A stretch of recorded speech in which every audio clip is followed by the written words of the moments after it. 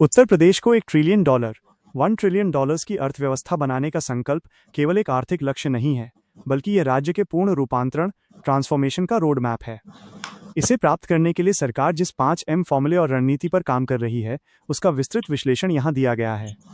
1. 5M formula, विकास के 5 स्तंभ।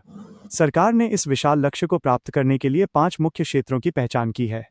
मानव संसाधन, युवाओं का कौशल विकास, स्किल डेवलपमेंट, ताकि वे उद्योगों की मांग के अनुसार तैयार हो सकें।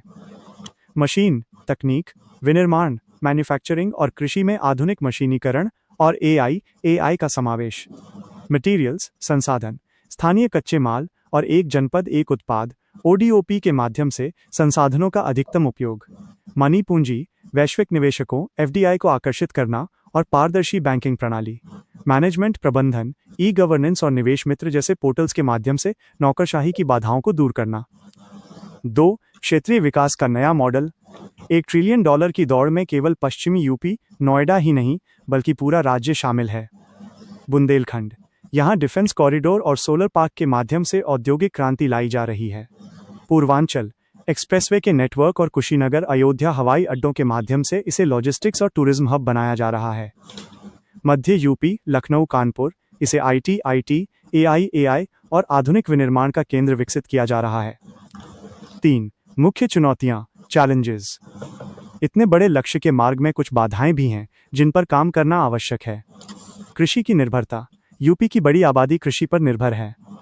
$1 ट्रिलियन के लिए किसानों को एग्री प्रोसेसिंग और हाई वैल्यू फसलों की ओर ले जाना होगा। भूमि अधिग्रहण, बड़े उद्योगों के लिए समय पर और विवाद मुक्त भूमि उपलब्ध कराना।